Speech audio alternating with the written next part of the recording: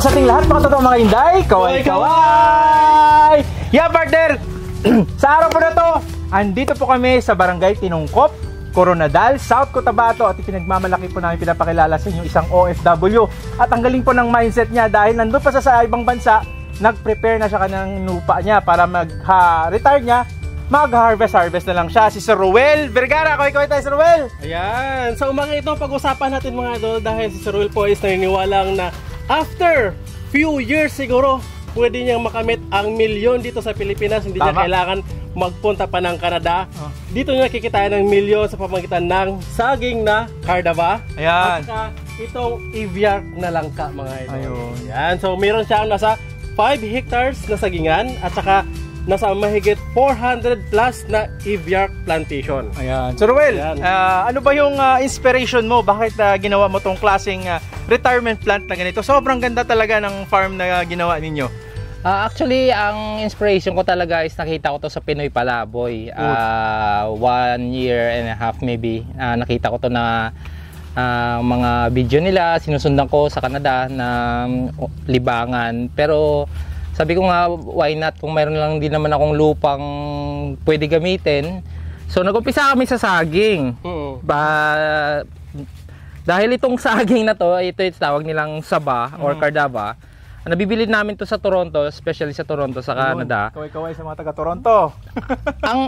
ang 8 piraso nito, it's just only 450 grams. 50 grams? 8 peraso. Okay, so ganito kaliit? Mas maliit pa rito. Mas maliit pa rito. 450 grams, which is not even 1 kilo. Ang price niya is $5. Andito, hindi ko pa alam kung ganito kalaki yung magiging produkto namin. Sobrang bigat talaga, partner. Mga ilang kilo kayo ito, partner, tingin mo?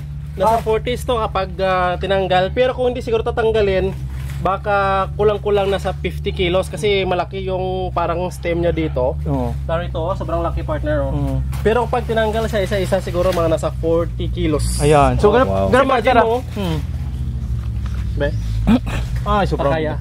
Mga nasa 40s nga. So yun po mga totoo mga Inday, ang importante kasi doon na nakita ni Sir Ruel yung kumbaga opportunity in the long run na pag nagtanim siya ng ganitong klaseng crops kasi pipili ka meron nga yung short term crops, yung panapanood nyo po yung video namin, merong mid term crops at yung high value crops at saka long term crops, no? So ito ngayon doon sa Canada na inspired siya kasi nga sabi niya kanina nagkwentuhan na partner, pag nakalagay na daw itong nalagay na sa kumbaga sa mall or sa binibilhan nila, mayat kinabukasan ubos na kahit gano'ng karami. Kasi maraming Filipino nga dyan, kung sa Canada ka at kumakain ka ng golden saba, no? So isigurado ito yon yung mga ganitong klaseng saba na nabibili doon. Yes, at saka partner, ito na yung actual OFW. Kung before nagbi-video po tayo sa mga inspiring videos na yung mga OFW po natin kababayan sa ibang bansa na malay nyo soon maging retirement plan nila ang farming kasi yung iba either business or either farming. So ito na po si Sir Ruel, actual nating nakasama, which is pwede siyang kumita dito as retirement plan kasi nasa 50s na siya. Maybe hindi pa siya maging 60. Baka mamaya pag-isipan niyang retire na kasi imagine mo yung langka niya, I think mga 2 years from now productive na to. At saka ito yung saging niya before mga idol. Ngayon actual first harvest pa lang ito, sir. First harvest ito. Ito first pick talaga. First pick ng almost 5 hectares naming taniman. So ito ngayon makikita niyo naman kung gaano kalaki.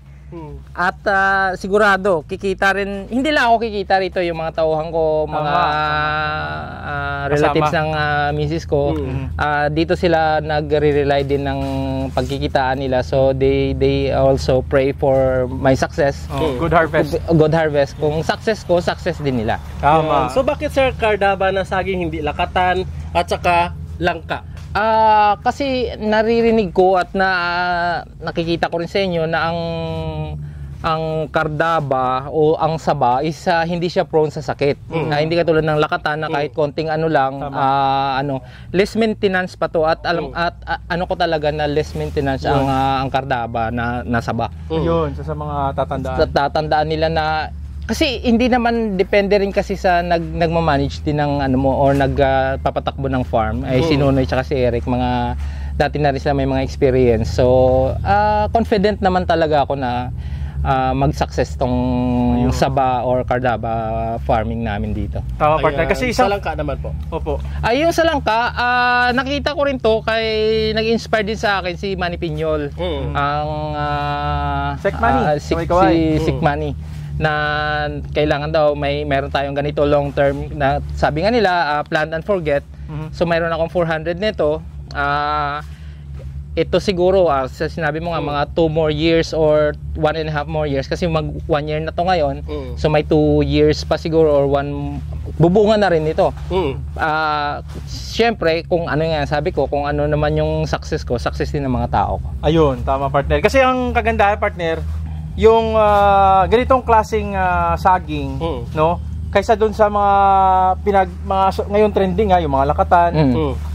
Sobrang daming gastos, partner. Alam ko na yun. Yes, spraying, fungicide, Tama. fertilizer, de-leafing. High maintenance. High maintenance. Ito kasi, itong ano na to, parang nakasalig sa native. Pero naging na-modified siya na parang hybrid siya, na malaki. Kasi meron saging na sa ano lang natin sa backyard, maliliit. Hindi kagaya nito, sobrang laki. So piliin nyo din yung klaseng variety na itatanim.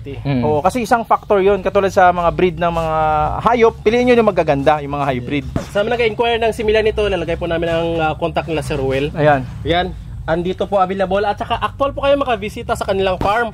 I think kung this week siguro maabutan nyo pa itong mga harvest. Pero marami pa namang mga to follow like ito. Maliit lang siya tingnan kasi nasa taas pero pag pagpababa ito na siya. Ganito talaga. At sobrang partner kasi sobrang nakakatuwa, partner. Si Sir Ruel, sobrang good friend natin. 2 years na natin siya naging kaibigan at sa mga birthdays niya nakatin. Kapon birthday niya, happy birthday Sir Ruel.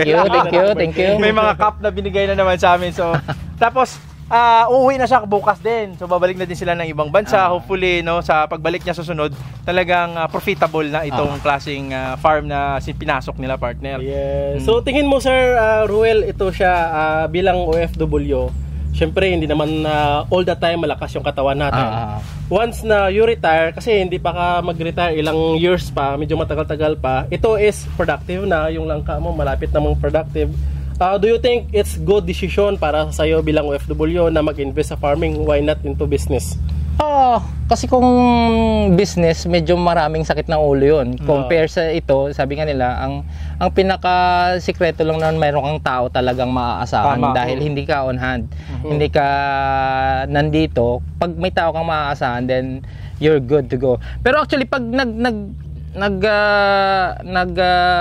success ito, plano namin talaga mag-expand pa for this production and also for the langka, ABR langka. So you're planning also na like yung mga banana chips or any byproducts soon? Maybe siguro kung talagang may pagkakataon or opportunity, napag-iisipan na rin yan, nasa linya na rin yan. Pero as of now, ngayon medyo lang muna tayo ng sa production and sa patanim or sa seedlings, kung gusto nila ng seedlings, nandito lang kami. Ayun. So ito po mga idol is 4 hectares na almost sabay-sabay ang harvest sa first fruiting.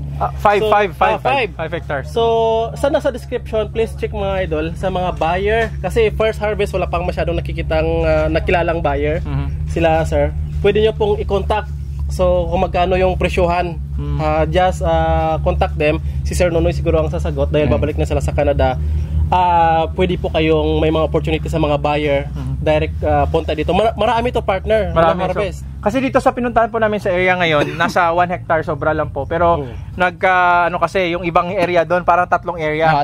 Tatlong area. Bakit gano'n ang nangyari, sir? Hindi ba Actually, yung dalawang area, yung isang area na sa 2 hectares, lang yun, prinda lang sa amin yun. So, nakatiwangwang lang din naman nun. Dati mais yun, alam niyo naman yung mais. Medyo matrabaho na and failure pa ako minsan, nakasimangot si Nonoy dahil failure nga. Pero ngayon natumbok na namin dahil sa Cardaba, medyo ngayon may bunga na doon at si Nonoy nakangiti-ngiti na rin dahil hindi na masyado matrabaho, pakunting lang. Yung 2 hectares is rent lang. Pero included na rin yun sa 5 hectares na tinaniman namin. Yung isa namang area nasa almost 2 hectares din yun. Mayroon na rin bunga yun. Almost sabay-sabay na rin talaga silang bubunga. Yung area na yun, parang rent lang din namin yun. All in all? All in all, mga 5 hectares. Ilan naman? 4,700 seeds. Nag-umpisa kami ng tanim doon. Okay. Lahat-lahat, sabay-sabay silang tinanim. 4,700? 700 head. Oh, so ganun pala karami. Partner, tsaka ito dito kasi nag-focus siya dito kasi kanya talaga tong area na to. Amin talaga tong lupa to sa Vergara Farm talaga nakabilang ito. Farm. So kaya dito nagtanim ka ng langka. Dito ako nag-intercraft dahil amin to sa Vergara Farm, which is pag sinabi Vergara Farm, consist ng mga kapatid ko yan na mga Vergaras din sa California, si Beng, Delaine, si Nunong, kag si Romel Vergara. Yun ang maganda, partner. Siyempre dahil habang OFW ka, meron ka ng farming dito kapag meron kang katiwalang tao. So hindi naman ibig sabihin na mag-quit ka na ng job mo as OFW tapos mag-farming ka. So like Sir Ruel na nasa Canada pa siya, like ngayon babalik na siya after few days. Tapos ito productive na dahil may tao siyang katiwala dito. Ang another mas maganda, like kung mindset nyo po is mais lang, may mga kababayan kasi tayo partner na almost mais lang kasi yun lang alam nilang kumikita. Hindi na na-discover na itong saba pala is pwedeng source ng magandang pagkakitaan. Kasi imagine mo, 1 year ka lang mag-aantay. After 1 year, harvest ka lang. Every week, meron kang possible harvest. Sa mais, 4 months mo nga antayin. Pag na-harvest, wala na. Kung hindi ka magtatanim, wala ka nang i-harvest. The same time, lalo na ngayon, mura ang mais. Tapos, ulan, madadamage pa yung bunga ng mais. Unlike dito, pag harvest, wala ka nang ibibilad mo pa, ipapagaling mo pa, or ipapahauling mo pa. Dito pupuntahan ka mismo ng buyer, bibili na yung kardaba. I think ang presyohan naman nasa 12 to 15 siguro, which is good price, parang mais din. Per pero kilo lang 40 ang isang puno ang makukuha mo, 30 to per 40. kilo, 12 pesos per kilo. Yes, 12 to 15 pesos per kilo. Depende na sa buyer. Ayan. Pero maganda yun, partner. Partner, pero ito yung nakita ko, partner. Sa pag-ikot-ikot natin, partner, dito sa area na natin sa mga farms, wala po talagang solid na planters ng kardava. Backyard lang karamihan. Si Sir naman, ito solid talaga to. Ito talaga yung mga parang tinanim talaga nila na hindi yung katgaya sa gilid-gilid lang. Ito sa kanya parang inalagaan, tinanim talaga, inabunuhan para mapakita na ganito pala ang produce pag inalagaan mo yung At ngayon lang tayo nakakita ng ganito kalaking kardava. Ayan. So yung mga totoong mga Inday, at least po alam nyo, Sir, ano ba ang pinaka-challenging talaga pag nag-start ka ng ganitong klaseng farm? Para at least yung mga OFW na makaka-relate, magiging ma-inspired sila. Challenge nito, alaga lang din. Siyempre, kailangan mo rin mag-weeding lagi, abono, de-leafing ang tawag nila doon. Kunin yung mga dried na leaves niyan. Pero sabi nga nila, pag farming wala namang hindi challenge. Kailangan talaga matyaga ka lang, kailangan mo rin i-challenge sarili mo. Anyway, hindi naman ako talaga na-challenge sa pagtatrabaho, na-challenge ako sa financing. Kasi wala nga ako rito. Sabi ni Nunoy, kailangan naman natin kung alangan mo sabihin hindi. Pero gigain ka talaga basta't may pagkakatiwalaan ka na tao. Pag sinabi nilang ganyan, sila nakakakita especially sa OFW na wala rito. Pag nakita nila dito, pag nakita nila marami na talagang damo-damo diyan, kailangan na talagang kukunin yung damo-damo diyan o mga anong dahon, tanggalin talaga yan. So extra din yun. Yun na lang naman ang pinaka-challenge dun Pero at the rest wala ka nang iisipin katulad sa mais na ako partner sa pansin ko partner pinaka-challenging yung paghahanap ng right person na pagkakatiwalaan. Kahit sino naman yun. Kahit saan farms kasi pag palpak yung pagkakatiwalaan mo, failure talaga papupuntahan mo partner. Yes. Yun talaga. Even hindi naman failure usually. Ba't nakaka-smile ka? May meron lang mga dark market. Usually kasi syempre dark market. Ano ibig sabihin ng dark market? Yung nagbebenta sa gabi. Akala ko night market yun. Akala ko night market yun. Kasi pag dumilim na, ayun na yun, dark na. Ayun. So kasi po mga sa marami naming farm na napupuntahan, most likely nagkakaroon ng failure sa farm dun sa tao.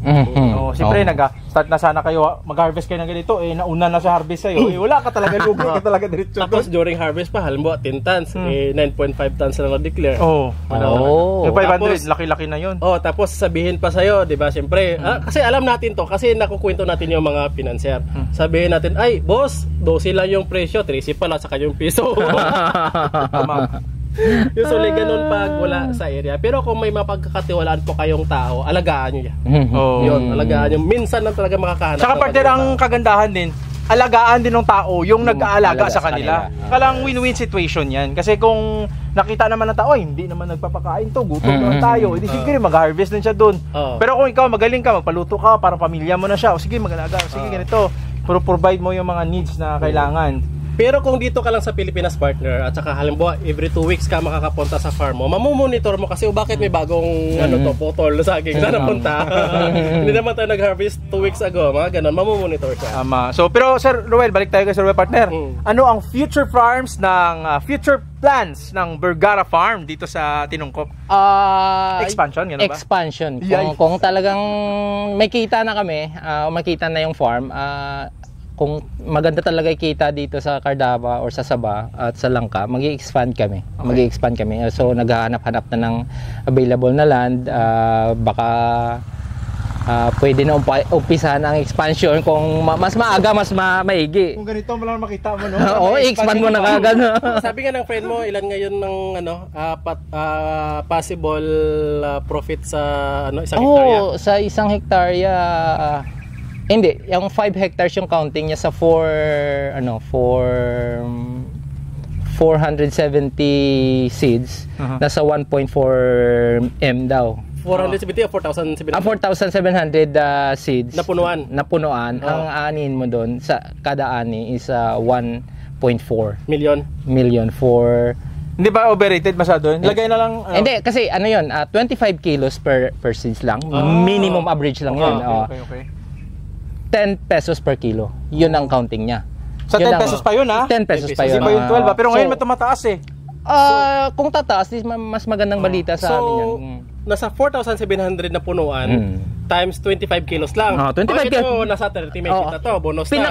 Na lang tayo, average na lang tayo sa 25, pinakamababa na lang. Isang punuan lahat ng basa 4,700, 1.4 million. Oo. Pero kung magbunga na siya, halimbawa ito, kasi may naunang namunga yung unang tinanim. So nasa 1.4 million na gross income. Gross income. Tapos pag nagbunga na ng next another 1.4, another 1.4. Wow. Sa bawat seedlings yun, isa-isa. Isa-isa. Pero palagay na lang natin kahit half million na lang, partner. Every 15 days at harvest yun eh. Every week. Yun ang counting ng nabilhan ko ng mga seedlings ko nito. Noon, pero sa ngayon medyo expansion na talaga iniisip natin. May sariling na tayong seedlings na makukuhanan. Hindi tayo bibili ng sariling nakikita naman natin kung gaano kaganda yung magiging ng produce ng seedlings. So dito na kami. And then siguro sa Langka, ganun din gagawin namin. Tama. So yung mga totoo mga Hindaya, yun ang pinakamagandang gawin nyo. Pag nag-start kayo ng farm, kung nakita nyo tong video na to, sigurado hindi lang to para sa'yo. Parang para talaga sa'yo to. Dahil yung farming partner, pag nakita mo kasi yung kumbaga yung opportunity in the future, ganun ba? So, isa-strike mo siya. Katulad ni Sir, kasi nakita niya sa atin, kumbaga nagtitiwala sa atin na ganun ang possible nakikitaan niya. So, ito kailangan kasi mag-move ka agad. Wag mo na hintayin, baka kinabukasan last year na, 1 year na pala, sayang. Yes, sayang. At saka for sure partner, sa sunod, maybe 3 years from now or 4 years from now, hindi na natin makikita ang mga saging na to dito. Ayun. So, I think blooming na dito yung mga langka. Ito yung pinaka main goal talaga. So while hindi nag-income yung langka, mayroong saging na napag-i-incomean. So yun. Kasi 3 years pa to productive. Yung saging natin, mga 3 years din na harvest. After 3 years, medyo lumiliit na yung bunga niyan unless mag-replanting. Pero hindi na pwedeng mag-replanting kasi malalaki na. Tama-tama lang din kasi ito midterm crop tong saging eh. Sir Ruel, ano mga advice mo sa mga future farmers na na-inspired sa'yo? Advice, yun nga, kung gusto nyo talaga mag-farming, umpisahan nyo na ngayon. Umpisahan nyo na, wag na kayo magdalawang isip kung mayroon ka lang din namang hawak na kapital. Umpisahan mo na, and then kailangan din makahanap ka nga ng taong mapagkakatiwalaan mo. Yun naman talaga yung pinaka dun eh. At saka yun, tama ang sabi mo, na kung bubuhayin ka ng tao sa tiwalang binibigay nila sa iyo, ibigay mo rin yung para sa kanila. Huwag ka magiging galante ka sa kanila para mas maganda yung trabaho nila sa iyo. Ayan. Yun. So yun partner, so sa mga kababayan nating OFW, so siguro may mga factors to consider sila partner bago sila mag-engage sa farming. First, tao na mapagkatiwalaan. Second, siguro ano kaya sir, financial. Financial, oh. Third, location siguro, Location, no? and then start right away. And then fourth, start right away. Oo. Basta Even without knowledge, pwede na yung tao mo kung may knowledge tao yung lang, tao mo. oo. Kasi doon naman nila maano yan eh, mapag-aralan din nila yan ng mga ano. Dito naman hindi naman mahirap 'to pag-aralan eh. Tanim lang Nang to. tanim lang Parang 'to eh. plant. Tsaka kung ano lang, napaka-easy lang naman i-maintain niya eh. Tama. Oo. Ayan. So, Pwede na mag-start agad. Pwede na mag-start agad. Wag na kasi yung sabi mo baka sabi mo bukas na pero yung bukas pala next year na. ayan. Oo. So yan, mga totoo mga Inday, maraming salamat talaga no dahil tinga naka-inspire din ako partner kasi maraming OFW talaga makaka-relate nito. Oo. So hopefully sila ma-open din yung mind nila kung anong klaseng farm ang gusto nila. Maraming klaseng farm, pilian nyo lang. Pilian nyo lang. As long as may area kayo na maganda, may future market kayo, yun kasi importante. Yung may market kayo na hindi kayo mahirapan sa pagbebenta, maganda yung price sa susunod, no? So yun ang isang i-consider ninyo. Yes, at saka hindi yun na kailangan mga idol na mag-retire na agad. Mhm. So kung tingin nyo po, malaki yung income nyo dito sa farm nyo dito sa Pilipinas compare sa sahod nyo sa ibang bansa, pwede na yon. Pwede na. At the same time, partner, ang isa din na makonsider nila, halimbawa, kung wala pa silang lupa, pwede naman, like si Rowel na Magrenta. magrenta. Pwede Tama. naman yon. Nasa ibang bansa ka, pwede ka kumuha ng tao. Ayun. So yun. So at least, doon ka na, nag-i-income ka na dito. Tama, yun. So yun. At saka may pang support ka pang financial kasi nagtatrabaho ka pa sa ibang bansa. Yan. Tama. Sir Ruel, ilang tao yung meron ka dito sa 5 hectares? Sa 5 hectares, actually, pinaka main person ko rito si Eric. Dito, especially dito sa lugar na to, sa Tinungkot. Si Eric talaga yung Si Sir Eric, Si okay. Sir Eric yung ano niyan. Tapos yung sa dalawang area, si Nunoy na yung nag-iikot-ikot doon. Tapos kung may mga patrabaho, Patao na lang. patao na lang siya. Ayun, Patao so yun. na lang sila. Kasi pagka ganito kasi kalawak na area, kailangan Kailangan may nung magtao na magtatanim. Hindi man nila kaya, dalawa lang sila, no? Medyo malawak. So, ayan, mga totoong idea, may idea kayo sa mga ganitong klaseng farming business. Ito pala partner hindi lang naman to farming eh. It's a farming business also, no? So, pagkatapos ito, magbi-business na din sila, harvest. In the future, baka magkaroon ng value adding dito sa product si Rowel. Baka tulungan ng LGU dito sa Coronadal. Kaway-kaway dyan sa mga nandito. So hopefully, no, may mga processing. Yun ang maganda kasi. Oo, yung processing pa ngayon. Kung mayroon ka namang sariling processing dito sa area mo, hindi mo na dapat i-hauling to. Tama. Hindi mo na i-hauling, dito na lang ipaprocess. Paglabas niya, finished product na. Yun. Tama. Partner, ikot tayo doon. Oo. Sige, punta tayo doon. Lagyan natin to. Tumana natin itong mga idol unang harvest Ayan, hindi natin. pet yan ha. Bigat Ayan. ito. Laki Dito, niyan. meron pa dito. So, ito, yan, about to harvest. Dito tayo, Bon. Yan, about to harvest. So, dito sa kabila, ang dami din partner. Oh, yan oh. Sobrang dami. Yan. So, tingnan yung iba. Meron din dito na, I think na yung weight partner is marami na rin ma-harvest. Okay. Dito. Yan, Pare. may talong pa, may talong. May... Ayan. Ayan. Ano? Ay, ito sir, at least secured to sa ano, sa ulan. Oo. Baka. May mga gagmay gimansa. Ano, okay oh. Malapit na rin siyang i-harvest. Ay, oo. Pwede na pala ikaw mag-harvest, sir eh. Pwede. Kita natin kasi partner, usually ang mga kardaba kasi sobrang taas. Pero dito mababa lang sila, ano. Ayan, pag napapansin niyo, ito yung ano, yung intercropping namin na ano, talangka, nakalinya din yan. Ito. Okay, diskarte kasi dito, dapat partially shaded siya. O, Kapag maliit pa. Oo, pag maliit pa. Pero pag malaki na, Tanggal kailangan yan. mag ano na siya, eliminate na tong isa. So yan, ang laki oh. Pero mas maganda din sabi ni Doc na full sunlight. Full sunlight talaga. Ito, laki din oh. Pero mga 2 weeks pa to bago ma-harvest. Yan.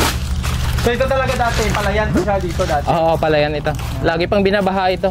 Yan, so dito Ang tayo. spacing nyo sir sa ano, sa langka, ilang 5 daw meters? to. 5 5 meters. Oo. 5 by 5. 5 by 5. 5 by 5. So 400 sa isang hektarya, 400. So yun mga totoong mga Inday. 400 sa isang hektarya? Oo.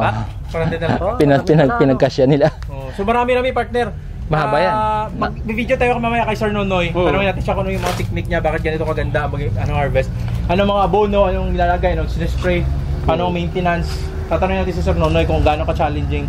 Kasi sabi ni Sir Rowan, hindi niya ma-feel kasi nga wala siya, sa abroad siya, padala lang siya ng finances. Sir, question na ulit. Gano'n na kalaki na gastos sa 5 hectares? Mga almost, mga ranging lang. Ranging, mga magkano naman? Sa saging? Sa saging mga...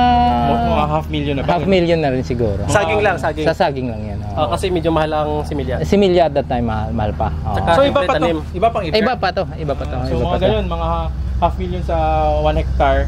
Sa 5 hectares, so, yan. Pero ngayon yung expectation nila after 1 year harvest na kasi partner. Mabilisan So, siyempre, kung 1.4 ka lang sa first harvest mo ng 4,700, baka kuha mo na agad yun. 1 year, 2 years, mabilisan po yung Mabilisan, return mabilisan of investment din. after 1 year, Yeah. mabilis. So, kaya gusto nila Sir Ruel, mag-expand na sila. Kaway-kaway si Ma'am, yan si Ma'am. Ayan, si Ma'am Juan, si Ma'am Juan. Yan, yung wife po, yung wife. Yan. Very supportive. Yun ang maganda, no? So yan mga totoong mga sana po na-inspired namin kayo. Kami po inspired kay Sir Ruel dahil sobrang tagal na namin naging kaibigan nila Sir Ruel, no? At sinusundan niya talaga kami, avid talaga kami fan ni Sir Ruel na ganyan nung pag yung mga ginagawa namin sinusundan niya, yung mga tilapia sinusundan niya din kung ano-ano lang. Hito. Pareha pa kami ng Yung pan. tilapia. Parehas pa ng pan. Parehas ng pan. Parehas design ng pan. Kung ano-ano, yung mga sinusundan niya, yun ang talagang astig na astig. No? So kada birthday niya po, ini-invite niya kami 2 beses. So maraming salamat na to. Partner, may question ka pa? Wala na. So dito na lang sa Langkason. So I think another balik ni Sir. Baka may bunga na to partner. Next time. Oo, may bunga na to. Dito na naman. Kailan ka balik, Sir? Let us see, maybe next year or another year. Let us see. Pag marami ng harvest, balik agad. Uy, sipin mo pag na-harvest mo na 1.4, isang ticket na yan balik dito. Pero sir, kung nasa Canada ka, kasi syempre 450 gram, $5. So equivalent na sa 250 pesos sa atin siguro ano. So siguro sir sa unang harvest mo sir maka $1 million siguro ano. Kung sa Canada. Kasi imagine mo, ilang tonelada ang ma-harvest sir sa 5 hectares? Marami-rami siguro yan. Hindi ko na marami-rami. Kasi kung mag 1.4 million, di ba? Marami-rami. Baka nasa 100,000. Hindi, compute natin. 1.4 million divide 10 kasi 10 pesos ang Oh. presyo. Ilan yun? 4,000? Ilan yun? 4,700. 4,700 seedlings. I-times natin yung sa isa 4,700, maka-harvest ng isang puno. 25. 25 na lang yung pinaka 25 kilos. 100,000. 17. Times 2 mo kasi 450 gram lang. Ha? Hindi, tapusin mo muna. Yun. Tapos, 117,500 yung kilos. Kilos. Sa unang batch lang yun. Sa unang batch. Ilagay na natin 100,700, 25 kilos lang yun ha. Pero ito yun kanina, hindi yun, sobra yun, 50 yun. 25 kilos ka lang. 25 na natin. I-times natin sa 10 pesos na lang. 10 pesos 10 per pesos kilo. na lang, 10 pesos na lang. Per kilo. Hindi kung presyoang Canada. Mamaya na. Dito muna tayo. Sige, Pilipinas tayo. Sige. 1.1 million. 1.2. Sa 25 pesos yun ha. 25 kaya nga yan. Hindi, 25 kilos. I-divide na lang natin sa 2. Halimbawa, hindi nagbunga yung lahat na tinanim mo. Siyempre, hindi nagbunga naman yun. Parang halimbawa, hindi nagbunga ba? Example lang. May mga casualties. Pero parang wala namang saging na hindi nagbunga eh. Ayan, So yung iba, halimbawa, yung iba hindi nagbunga. Palagay na natin, babayin sana natin para lessen natin yung expectation. So i-divide natin sa 2. 587,000 pa rin yun sa 25 pesos per kilo. 25 kilos per puno. Per puno Bawi ng kapital. Sobra. So 587,000. Sa 10 pesos lang yun per presyo. Sa harvest, sa first harvest mo ng 4,000 yun ha. Paano na lang kung ayaw mo magdala ng saging na $1 million. Ihaharangin tayo ng Bureau of Plants and Distribution. Bawi na pala Oo. Kung yung bulk harvest, bawi na siya agad. Kung mag-harvest lahat 4,700. Isang bagsakan lang, bawi ka, nakita ka na. Tsaka masaya na yung mga planters mo. Paano ba yung kita? Ano ba yung hati? Ano ba yung ano ba? Alam na nila yan. Alam na nila yan. Kasi naman, verbal lang pero alam na nila. Nauuna pa nga yung share nila. Nabali na. Naka-advance na. So yun kasi maganda din pag napag-usapan nyo yung gano'n. Para at least ma-inspired sila. Incentives, kung ano ba yung pwede. Pag na-harvest na yung ganito, na-hit natin yung ganito, meron kayong ganito ha. Tapos free travel kayo. Tulad ni Sir Nonoy, mamaya pupunta ng Boracay sunod na araw. Kasi nga naka-harvest na, mag-start na harvest. So yan, mga totoong Inday. Sir Ruel, may mga best advice ka pa ba? Yung final advice mo sa kanila? Final advice, yun nga, yung kanina, sabi ko nga na kung talagang gusto mo na mag-invest, na magre-retire ka na rin soon, umpisahan mo na talaga. Just look for a good person, trusted person. And yan, location. Pero umpisahan mo mag-farming.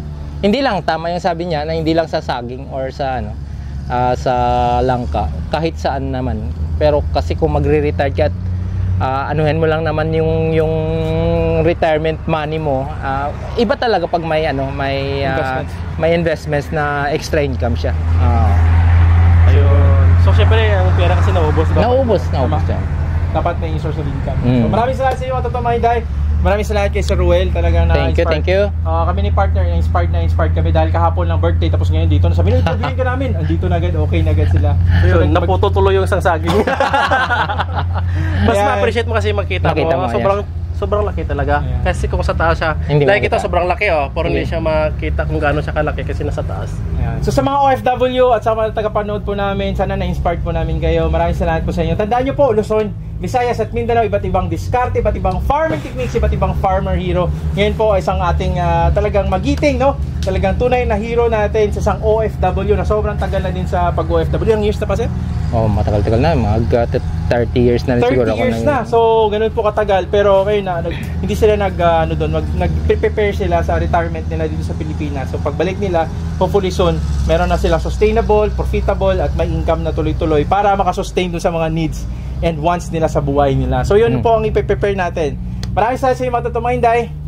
Yan. So Luzon, Visayas, Mindanao, naikot na po namin ni partner mga idol. So iba't ibang diskarte ng mga farmer, nalaman na po natin, na-share po natin. Siyempre ngayon po, inspiring story po ng isang OFW kung saan hindi pa po siya nag-retire, meron na siyang retirement income dito sa Pilipinas, ang saging at saka itong langka. So kung nagustuhan nyo yung ating video mga idol, please like naman, mag-comment kung ano yung mga katanungan nyo, lalo sa mga bibili ng saging, bibili ng langka na seedlings ng saging, at saka syempre i-share yung ating video para marami pong makapanood.